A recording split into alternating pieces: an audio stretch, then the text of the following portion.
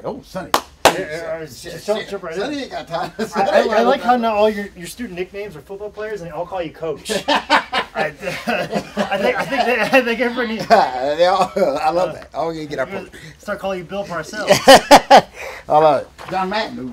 John Madden, whichever you prefer. You tell me. Well, I like Parcells too because he made. I love what he took all the stars off of the helmets and made the players earn that star back, which I thought that's pretty tough. But see, Parcells was famous for telling T.O. that time, what was your name again? And T.O. went nuts.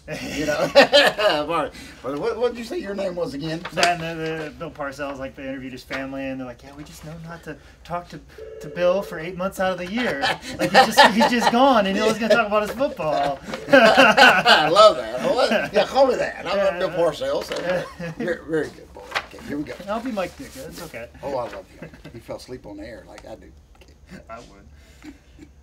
Ladies and gentlemen, welcome to the edition of Dad, You Don't Work, You Wrestle. You're the claps. You know what time it is. George, how was your weekend? Bullet, I had probably one of the greatest weekends I've had in a long, long time. Of course, a lot of that had to do with my very, very, very good friend, Matt Hardy, and that I was allowed to set my table up beside his. Yes. Bullet. And I don't want to let the cat out of the bag, but, man, it was successful. Okay, so I had a great, great week, Bullet. Everything was good.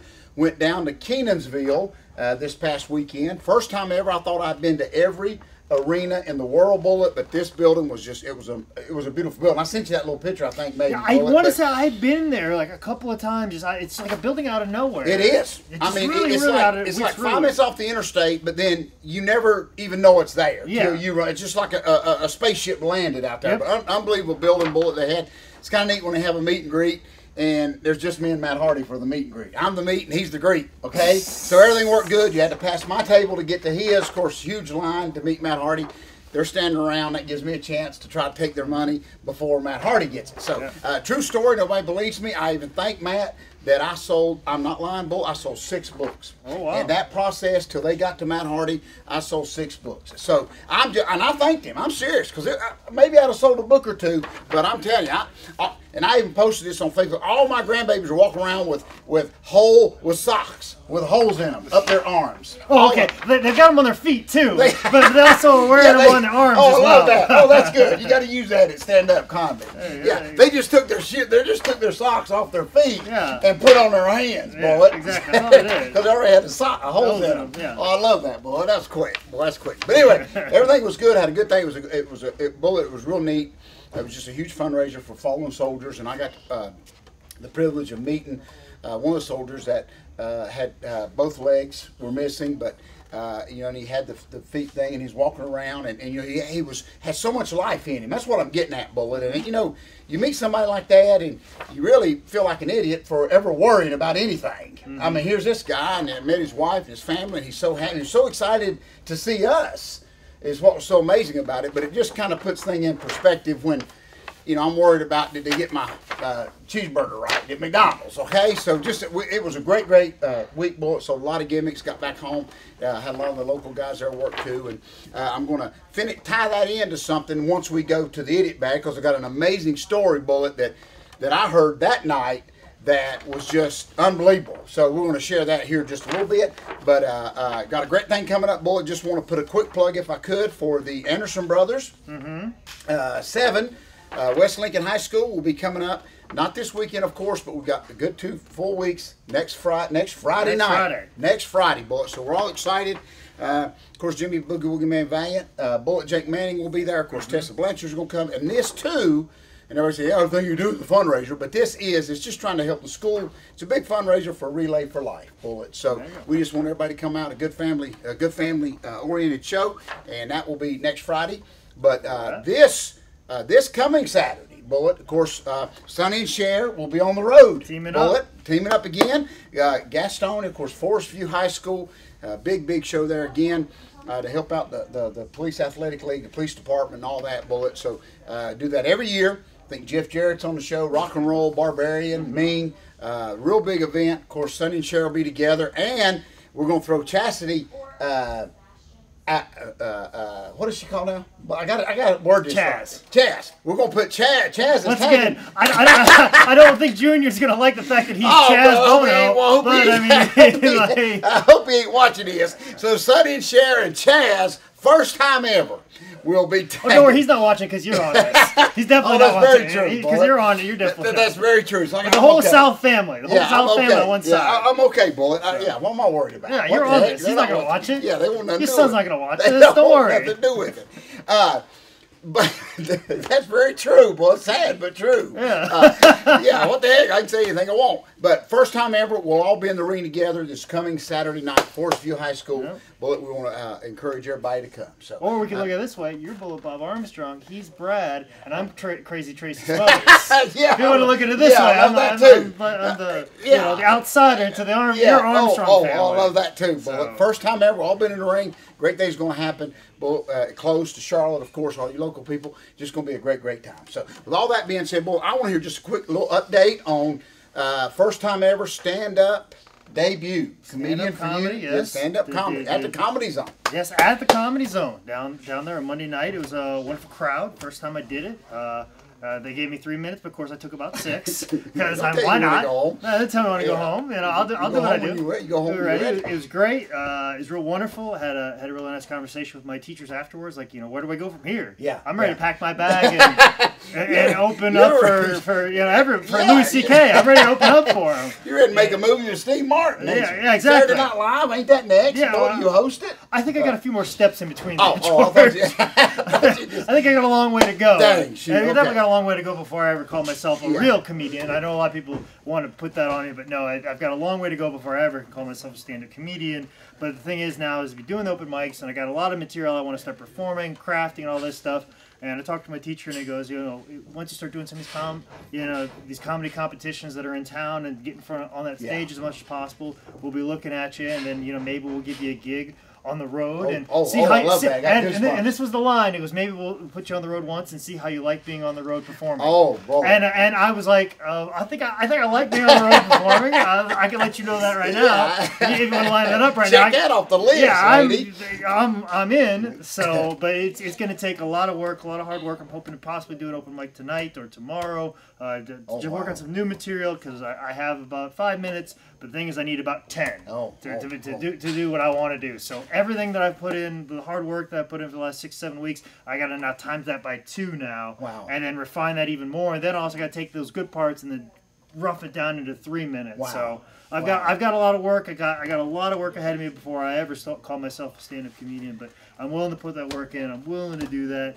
It's something I'm very excited about. And it's one of those things like probably people like I haven't felt since my first match. Yeah. You're out there. That's right. And you're doing it, and you feel like you belong. Yeah. It's one of those moments, like right before you're scared, you go out there and you feel like you're going to fail. Yeah. Absolutely just fail. and everybody's going to hate you, and you're going to forget everything. But then you go out there, and all of a sudden something automatic happens. That's exactly right. And I love that feeling. Doing that and then coming off the stage and just enjoying those moments. And Bullet, I want to add, I did this last week. I just think it's just good. I just think it is for and like we talked about nerve-wracking, but just for you to take that step and say, okay, this is what, man, this is a whole new door for me. I just think I would love to be there when your teachers are maybe explaining to you about being on the road, and you may be away from your family for a little bit, and there's a lot of traveling in this, but I can hear them telling you that, and you're there. Well, hold on. I'll be okay. I'll be all right. Exactly. I've been trying to be humble about it, so I'll be good. But somewhere, of course, with my ego, Bullet, I think that somewhere all of them, like farm shows that we've done, all the out in the lightning with the lightning striking, and all the, all of those so-called festivals where they wasn't nothing festival about them. Where you set up a ring in the middle of a field and you just told us to start wrestling without a referee? Yes. Oh, I love it. Me and Bobby Houston looked across the ring at each other like, what do you mean? You just wrestle. Do something. My favorite was that time in Mooresville. I'll never forget this, Bullet, when our good friend Charles Robinson, who is a very good referee for WWE, happened to come by to the show and saw one of the matches in the ring, and there was no referee. Yes. And of course. I love it, Bullet. It was during your, Van Gogh had his blue period. I call it the George South no referee period, yes. where you were going through that whole thing, trying to prove points. Getting away. And so then Charles Robinson goes, why isn't there a referee? And I had no other answer than the one that you had given me before every show, in that, George thinks referees get in the way. As I explained this to senior official Charles Robinson, who shrugged his shoulders and says, yep, George hasn't changed. Oh, my side, Bullet. Oh, but I love that, really, Bullet. So I think what I said all that to say is I think maybe it was just a step into your comedian career. But definitely all the shows I got coming up have warmed me up. You know? All those Mooresvilles, all those times in performing in front of 8 people yes. In those small places, that's definitely prepared me for what I now have in front of me. That's exactly right. So what in the world can the comedian world throw at you that you may not have? I'm just excited I don't have to communicate to somebody else to do what they need to do. I just got to worry about me doing myself. Oh, I love that. That's the problem with wrestling. I got to make sure the other guy across the way knows what he's doing. I just have to worry about myself, which I love that. Me being a control freak can comforts me. So, Bullet, I was just thinking about you this week. I'm so excited about that, Bullet, and as we see how this unfolds, I'm very, very excited. You never know where this could lead, Bullet. I'm serious. I'm excited to where it could lead. It's just fun. So now, with all that being said, Bullet, we do have an idiot of the week, Bullet. I have a story that you would not believe, Bullet. I'm hard. Try me. Let me tell you this, but of course, everyone knows. I just mentioned that we were at the event this past week in Kenansville, huge building, seats 6,000 people, Bullet, 6,000 people. We drew maybe 200 at this place. Okay, because I was with Matt the night before. Yes. For Northeast Wrestling, a very wonderful wrestling show. I'd be remiss if I don't mention them. Thank you. He was a little concerned about what that was going to do. I'm going to tell you, and it's so funny, Bullet, because when the matches started, the police chief of this little town was standing beside me, and he remembered me kind of. He was kind of working his way up the police force when Jim Crockett Mid-Atlantic Wrestling used to run Wilmington back in the day. Mm-hmm. So we kind of hit it off a little bit. But he come out and told me this, Bullet, and this is going to all go into our idiot of the week. Is not the police chief, but he told me, he says, you know why this building don't draw, don't you? And I'm thinking, okay, no, not really. I said, it's a beautiful building. He said, no, listen, and listen to this, Bullet. What a great story. He said that Willie Nelson played that building in Kenansville 6 months ago. And I'd heard, maybe some of our viewers had heard a little bit about this on the news, but Willie Nelson sold it out. The police chief said it was standing room only. Willie Nelson was up the street eating at a restaurant. Well, 3 local police officers arrested Willie Nelson's son and the bus driver for smoking pot. So they called Willie Nelson at the restaurant and tell him. And you know what Willie said? Very George Southish. Willie Nelson said, pack everything up. So Willie Nelson came back, probably still had a little mustard and ketchup on his face from his hamburger, got his son out of jail, packed up everything, and left. No concert, no nothing. So the police chief said I was hot because I had ringside tickets to hear Willie. What the heck? So Willie left, no concert. The police chief told me, he said, we as officers were afraid to get, they about turned over our cop cars. Said nothing happened, and he told me this, whether we know it's true or not, he said this building has never recovered from that night. So what I want to do, Bullet, the 3 police officers, that's who's going in the idiot bag. The 3 police officers that arrested Willie's son, because this is 2 weeks after all this, they fired the 3 local police officers. Oh, wow. Got rid of them. And I asked the police chief, I said, what'd you done? He said, I wouldn't have done nothing. And here's the thing, and ain't this how society is? They throw their whole thing out of court anyway. They throw the whole thing out of court. So, but the police chief told me, so the 3 police officers, and here's what they said in court, that they smelt marijuana over the fumes of the diesel bus.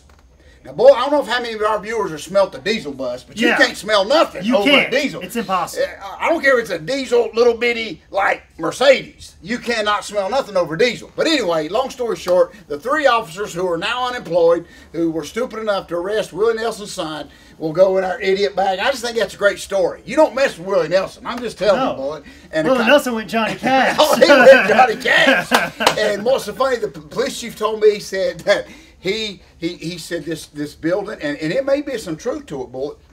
He said that this building will never recover from that. He said people just don't believe that anything's ever going to happen here again. Yeah.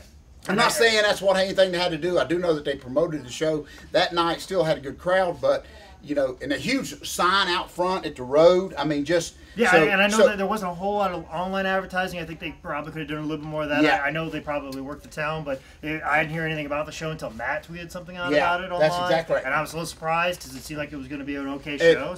It could have behooved them to do a little bit more online advertising. They might have done a little bit better, but it's one of those things, like you say. Yeah.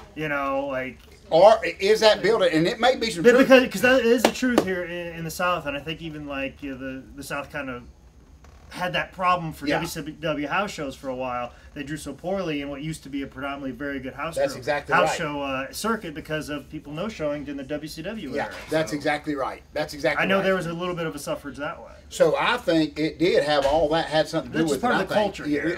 Exactly. People take you, if you screw, you can only screw over That's people in exactly this right. area once. That's right. You know, And I just think it's so cool that Willie Nelson just, screw it, bro. He come got his boy and he left town, Bullet. And the police chief said, to this day, he said that building has not recovered from it. So we're throwing the 3 officers who are now unemployed, Bullet. What heels? I mean, holy cow, man, they should be on WWE or something. But anyway, they will go in our idiot bag for trying to mess with Willie Nelson. You don't mess with Willie Nelson. Yeah, Bullet. and maybe throw in some people that don't think we should lighten up our marijuana rules in North Carolina. Why we throw them in there? That's a good way because those officers were kind of doing their job. Yeah. But let's just make their job a little bit easier. How about we do that? Yeah, let's put those people that are putting opposition to that. See, let's put them in there. I love that, Bullet. If we'd have just passed the marijuana law, Willie would have played. Everybody would have been happy. We've been like Colorado. We create more jobs. There's something to tax now. That's exactly right. Yeah, they could have got more police officers instead of less. That's right. So we got one chief that's hot because he didn't get to go to the concert. Well, maybe after I'm doing my stand-up comedy thing, when I do my political career. That's exactly right. So feel free to use any of that material, Bullet. I do want to give another quick plug. I just remembered what Matt Hardy. He came up to me at the show that night, and of course our tables, if I have to add, we're upside each other, and I was bugging him to death. But he come up and he said, "Are you on that Twitter gimmick or whatever?" Of course, I said no, and he says, "Was there somewhere that fans can reach you?" First thing I thought, I said, and I pulled your name, but I told Matt Hardy, I said, "Yeah, Bullet J." I said, "Bullet's on Twitter." Yeah, as soon as he tagged you, I retweeted it. Yes, very good, so very good. Because he told me, he said, and I believe him. He said, "Man," he said, "I've got like 952,000 followers or something," and that just blows my mind, Bullet. But anyway, I appreciate Matt for putting that little plug out there. So it is true that George South's official Twitter page is @ManScoutManning. Yes, it is. That's my answer to everything. Bullet Jack Manning's got it. It don't matter what it is. I say, if Bullet Jack Manning's got it, we got it. If it's anything George South related, I will retweet it for sure. Thank you, Bullet. So I want to thank you and thank Matt Hardy for that. Absolutely. So very good. So thank you so much. But also too, before we get off, we got to make sure we thank James. He's the guy that was mentioned in episode 39. Yes. Cameraman. Yeah. He wanted to let you know that he just purchased the book and the package just arrived. He's excited to open it up. He wanted to relay the message to thank you for the book and thank you for signing it. Very good. I forgot to mention him last episode. I would be remiss if I missed him on this episode. So, and also too, I'm looking forward to heading to Dayton, Ohio for our buddy Scary Gary. I would be remiss if I forgot about Scary Gary in Dayton, Ohio. That's who I will be.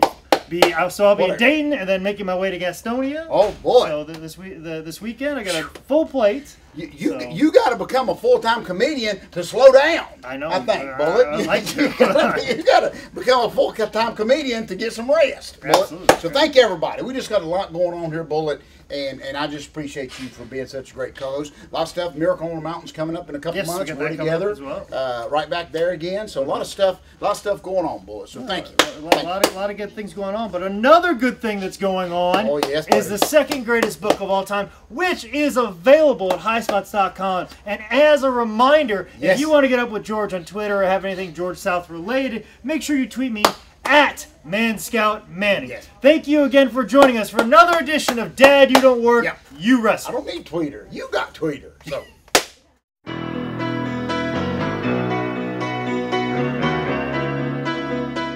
Good, Bullet. Very good. That's the first thing I told Matt Hardy. I said, "Well, I know Bullet Jack Manning's got it." Yeah. He said, "Oh, okay." Oh yeah. He tagged me and I retweeted it. So. But in just a click of a button, 90,000. Yeah. 900,000. I mean, there's a lot of people that liked it because I saw all of them. So.